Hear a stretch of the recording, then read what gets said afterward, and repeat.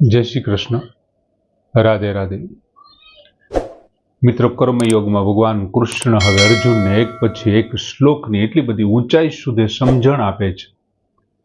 કદાચ ગીતાજીના જ્ઞાનને ભારતના અથવા તો વિશ્વના વિદ્વાનો પાસેથી પાછું લઈ લેવામાં આવે અને પછી દુનિયાના કોઈ પણ વિદ્વાનને એમ કહેવામાં આવે કે હવે તમે કર્મ વિશે બોલો, તો મને નથી લાગતું કે ગીતાજીથી વધારે કોઈ સારું બોલી શકે. આ ત્રીજા અધ્યાયથી વધારે આટલા બધા સારી રીતે સમજણ ભગવાન કૃષ્ણએ, કદાચ હજી તો અમુક શ્લોક તો એવા છે કે આપણે ગીતાજીના મૂળ સિદ્ધાંત સુધી તો પહોંચી નથી શક્યા.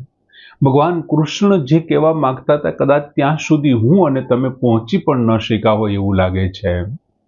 અને ભગવાને એક એવી ઊંચાઈ અત્યારે સમજણમાં પ્રાપ્ત કરાવતા જાય છે. અને 35મા શ્લોકમાં ભગવાને સ્વધર્મ વિશેની વાત કરી કે વિગુણ સ્વધર્મમ શ્રેય.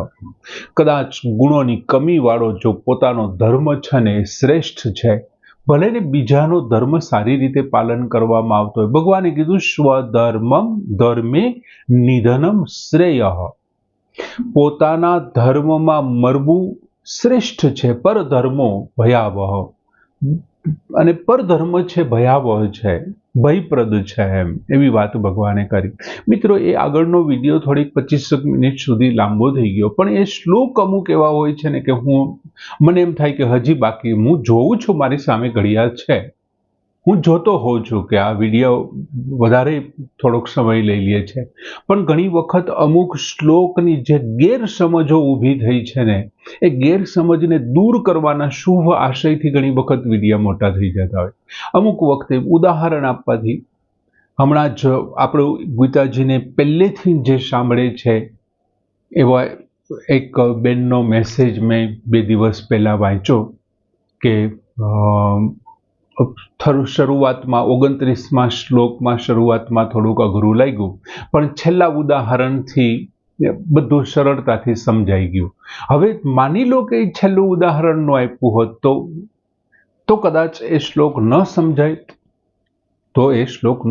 છેલ્લે કંઈક મેં ઉદાહરણ એવું આપ્યું હતું, મારે પાછું જોવું પડ્યું કે મેં છેલ્લું ઉદાહરણ કયું આપ્યું હતું કે ભાઈ એક વ્યક્તિ 500 રૂપિયાનું દાન કરે છે અને ઘણું બધું પોતાનું નામ ને ફોર્મનું નામ ને અંતે બધું લખાવે છે, અને એક વ્યક્તિ 5000 રૂપિયા રામ ભરોસે લખાવી દે છે. એવી આપણે કંઈક વાત કરી હતી. અને અર્જુન પણ અહીં ખરેખર હવે મૂંઝાણા છે, અને એટલા માટે અર્જુન હવે ભગવાન કૃષ્ણને પ્રશ્ન કરે છે 36મા શ્લોકમાં. એટલે અર્જુન ઉવાચ, અર્જુને કહ્યું કે અથ કેન પ્રયુક્ત અયમ પાપમ ચરતિ પુરુષ અનિચ્છન અપી વાર્ષ્ણેય બલાત ઇવ નિયોજિત.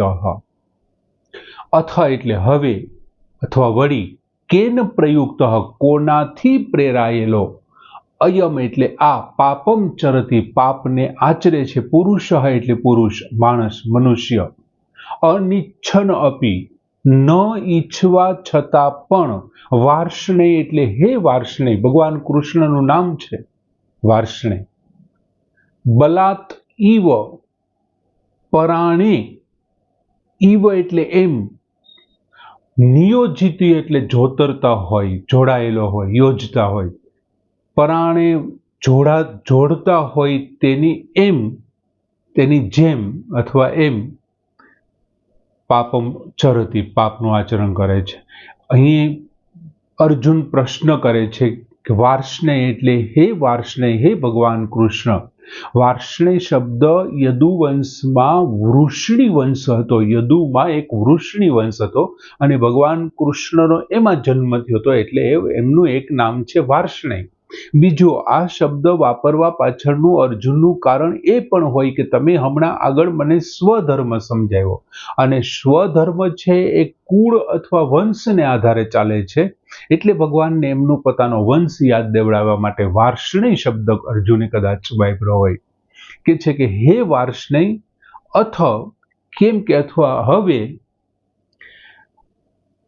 અયમ પુરુષ, જો અથ કેન પ્રયુક્ત અયમ પછી છેલ્લો શબ્દ પુરુષ, અયમ પુરુષ, આ મનુષ્ય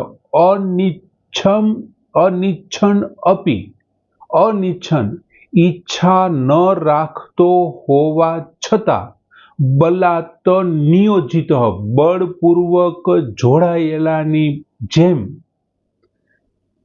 કેન પ્રયુક્ત કોનાથી પ્રેરાઈને પાપમ ચરતી પાપનું આચરણ કરે છે. અર્જુન ભગવાન કૃષ્ણને પ્રશ્ન કરે છે, તમે સ્વધર્મ વિશેની આવી રીતથી વાત કરો છો. માણસને અનિચ્છા હોય, પાપ કરવાની ઈચ્છા હોય નહીં, એમ છતાં એ કોનાથી પ્રેરાઈને પાપ કરવાની ઈચ્છા કરે છે, પાપનું આચરણ કરે છે? કોણ એને પ્રેરણા આપે છે? મિત્રો, તમે એક વખત અર્જુનના મનમાં ઘરવાનો પ્રયત્ન કરો કે અર્જુનને આવો પ્રશ્ન શું આવે. તમે કોઈ પણ ખરાબ કામ કરતા હશો ને ત્યારે તમારું મન ના પાડતું હશે કે આ ન કરાય યાર, આ ખરાબ છે, આ ખોટું છે, મારાથી આવું ન થાય. સમજાય છે તમને? કોઈ પણ ખરાબ કામ કરતી વખતે ના પાડે છે તમારું મન અનિચ્છિન એવ, ઈચ્છા ન હોવા છતાં, અપી એટલે પણ, ઈચ્છા ન હોવા છતાં પણ. તો અર્જુન કહે છે કેન પ્રયુક્ત, કોનાથી પ્રેરાઈને પાપમ ચરતી પાપનું આચરણ કરે છે. અને એ પાછું કેવું? બલાત ઈવ નિયોજિત, બળપૂર્વક યોજીને, બળપૂર્વક જોતરે છે પાપ કરવા માટે. મિત્રો, વિચારશીલ વ્યક્તિ પાપ નથી ઈચ્છતો. એ કોઈ દી ઈચ્છતો જ નથી કે હું પાપ કરું. જે વિચારશીલ છે તે માણસ, કેમ કે એ વિચારશીલ વ્યક્તિને ખબર છે કે જો હું આ પાપ કરીશ તો એનો અંત કેવો છે? દુઃખ મળશે એમ. એટલા માટે વિચારશીલ વ્યક્તિ ક્યારેય પાપ કરવાનું ઈચ્છતો જ નથી. પરંતુ એમની અંદર વધારે પડતા સંસારના સુખ ભોગની ઈચ્છા થાય. દાખલા તરીકે તમે કોઈ વેપારી છો, તમે કોઈ કર્મચારી છો, તમે કોઈ બીજા ધંધા સાથે જોડાયેલા છો, તમે ગમે તે હો. દાખલા તરીકે તમે કર્મકાંડ કરો છો, બ્રાહ્મણમાંથી એક લઈએ. તમે રક્ષણ કરો છો, ક્ષત્રિયમાંથી એક લઈએ. બીજું તમે કોઈ વેપાર કરો છો, વૈશ્યમાંથી કોઈ એક લઈએ. અને તમે કોઈ ક્ષૌર કામ કરો છો અને શૂદ્રમાંથી એક લઈએ. હવે ચાર પોતાના ધર્મને નિભાવે છે અને ચારેય લોકો ઈચ્છે છે કે મારે આ પ્રમાણે કામ કરવું જોઈએ. પણ ઘણી વખત બ્રાહ્મણ પાસે કોઈ, માની લ્યો કે એમને સુખ ભોગવવાની ઈચ્છા થઈ, એમના માટે એમને પૈસાની જરૂર પડી, તો ન આવતું હોવા છતાં પણ કોઈ વ્યક્તિને એમ કહેશે કે ચોખ્ખું મુહૂર્ત નથી આવતું, તમે જાપ કરાવો, જાપના 10,000 રૂપિયા થશે તો તમારે એ દૂર થઈ જશે. અહીં રક્ષણ કરવા બેઠેલો ક્ષત્રિય કદાચ એવું વિચારશે કે જો હું આમની પાસેથી લાંચ રૂશ્વત લઉં, આ એક જણાને જવા દો આઈડી વિના, લાંચ રૂશ્વતથી મારે આ કામ પૂર્ણ થશે. વેપારી એમ કે આમની અંદર કંઈક માલમાં ભેળસેળ કરીને હલકા અને ભારે ક્વોલિટીનો માલ ભેગો કરીને હું વેચી નાખું. કોઈ ક્ષુદ્ર છે એ વધારે પડતું અહીંયા કંઈક કામ કરી અને બીજાનું એક્સ્ટ્રા પૈસા લઈ અને કામ કરવાનું વિચારે. શું કામ આ બધા વિચારે છે? કોઈએ નક્કી કરી નાખ્યું છે કે મારે આજે આ જોઈએ છે, આ જોઈએ છે, આ કરવું છે, આ કરવું, આનાથી ફરવા જવું છે, ગાડી લેવી છે, આમ કરવી. સુખ ભોગની ઈચ્છા અને બીજું છે સંગ્રહની ઈચ્છા. આ બે વસ્તુ શું કરાવે છે એને? પ્રયુક્ત પાપમ ચરતી. અર્જુન પૂછે કેન પ્રયુક્ત, કોનાથી પ્રેરાઈને કરે છે? આ ચાર વ્યક્તિઓ જાણે છે, બ્રાહ્મણ પણ જાણે છે કે મારે આવું ન કરવું જોઈએ, ચોખ્ખું મુહૂર્ત નથી તો મારે ના પાડે. હજી એવા કેટલાય શાસ્ત્રીઓને મેં ઓળખું છું, મેં જોયા છે, એ સ્પષ્ટ શબ્દોમાં ના પાડે છે કે હું મુહૂર્ત નથી આપતો, આના સિવાયનું મુહૂર્ત તમારે જોતું હોય તો તમે શાસ્ત્રી બદલાવી નાખો. મારા ધ્યાનમાં છે એવા શાસ્ત્રી. મેં એવા કેટલાય વ્યક્તિઓને જોયા છે કે સાવ સામાન્ય પરિવારમાંથી કામ કરે છે અને એટલી બધી ઈમાનદારી છે ક્ષત્રિય તરીકેની. ના, હું અહીં છું ત્યાં સુધી એ શક્ય નથી. એવા વેપારીઓ પણ મારી ધ્યાનમાં છે. એવા ક્ષુર કર્મ કરવાવાળા પણ મેં ઓળખું છું કે પોતાની મહાનતાને છોડતા નથી. નમન છે એમને યાર. બે બાબત નડે છે. અર્જુન પૂછે છે, હે વાર્ષ્ણેય, ઈચ્છા ન હોવા છતાં બલાત ઈવ નિયોજિત, બળપૂર્વક જોતરીને, જાણે કે બળપૂર્વક અથવા બળપૂર્વક જોતરાયેલા હોય તેમ, કેન પ્રયુક્ત અયમ પાપમ ચરતી, અયમ મનુષ્ય, અયમ પુરુષ, આ પુરુષ, આ મનુષ્ય, કેન પ્રયુક્ત, કોનાથી પ્રેરાઈને? અનિચ્છન શબ્દ વાપરો, અનિચ્છન, અને બલાત ઈવ નિયોજિત, અને ઈચ્છા ન હોવા છતાં બળપૂર્વક જોડી દે છે એને પાપ કરવામાં, એક પ્રવૃત્તિ કરવા માટે.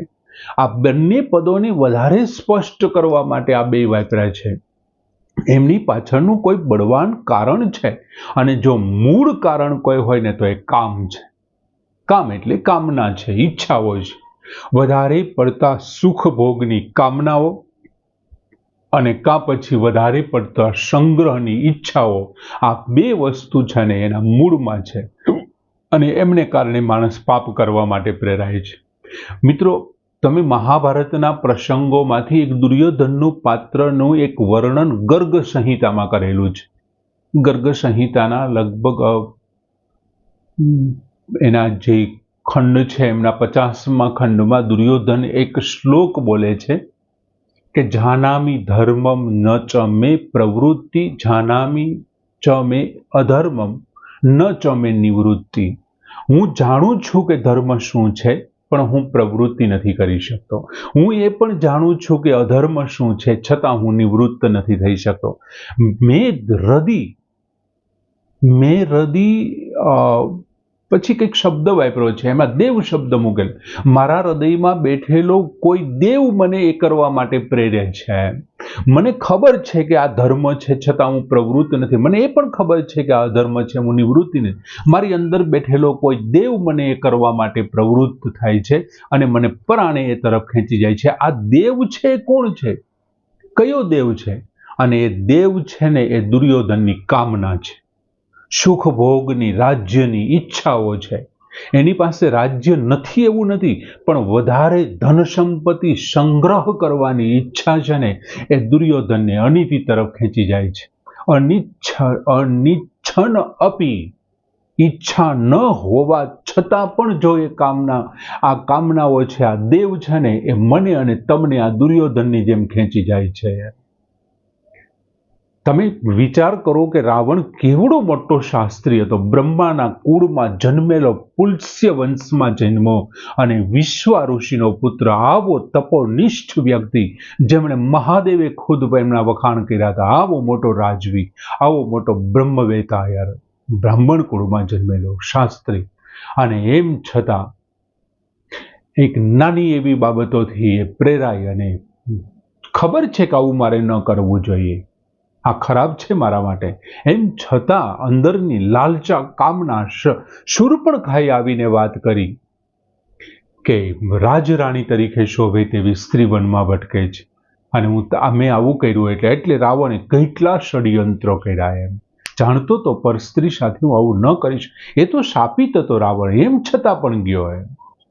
એટલે આ જે દેવ છે, જે કામના છે, ભગવાને 34મા શ્લોકમાં કૃષ્ણને સ્પષ્ટપણે કીધું કે ઇન્દ્રિયસ્ય વ્યવસ્થિતા રાગ દ્વેષો, ઇન્દ્રિયના વિષયોમાં રાગ અને દ્વેષ આ બંને વ્યવસ્થિત થઈને બેઠેલા છે. હમણાં આપણે 35મા શ્લોકની શરૂઆતમાં જ વાત કરી, અને તેમનાથી આકર્ષિત થઈને ન ખેંચાવવું જોઈએ, તેમના પ્રત્યે ન ખેંચાવવું. કેમ કે હિ અશ્ય પરિપંથી ન, તે એમનો શત્રુ છે, દુશ્મન છે. આ રાગ અને દ્વેષ એમના દુશ્મન છે. તું રાગ અને દ્વેષ એ બંનેને જો રાખી વ્યવસ્થિતો, તયો ન વશમ આગત છે, તે બંનેને વશમાં ન થવું જોઈએ. તો હિ અસ્ય પરિપંથી ન, તે બંને આ સાધકના દુશ્મનો છે. ભગવાને તો સ્પષ્ટપણે કીધું, તો પછી અર્જુને એ પ્રશ્ન શું કામ કર્યો? ભગવાને તો કહી દીધું કે આ રાગ અને દ્વેષને કારણે આવું થાય છે, તેનાથી ન ખેંચાવવું જોઈએ. અને અર્જુન કહે છે કેન પ્રયુક્ત, કોનાથી પ્રયોજાય છે?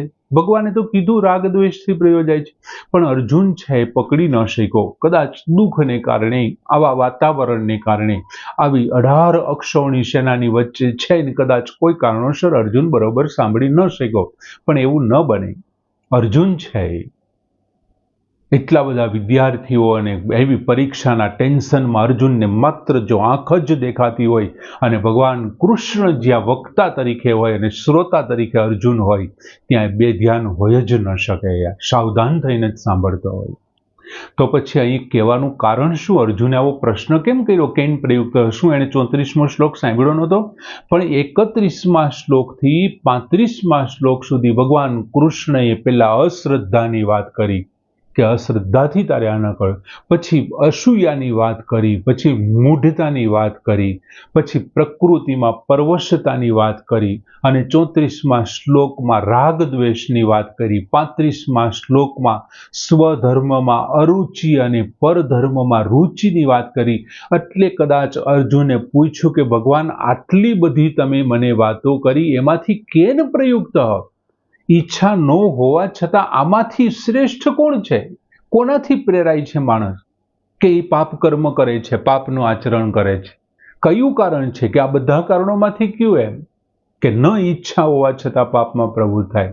એટલે અર્જુને કદાચ આવો પ્રશ્ન કર્યો, અને હવે ભગવાન કૃષ્ણ એમનો જવાબ બહુ સરસ સારી રીતે આપશે.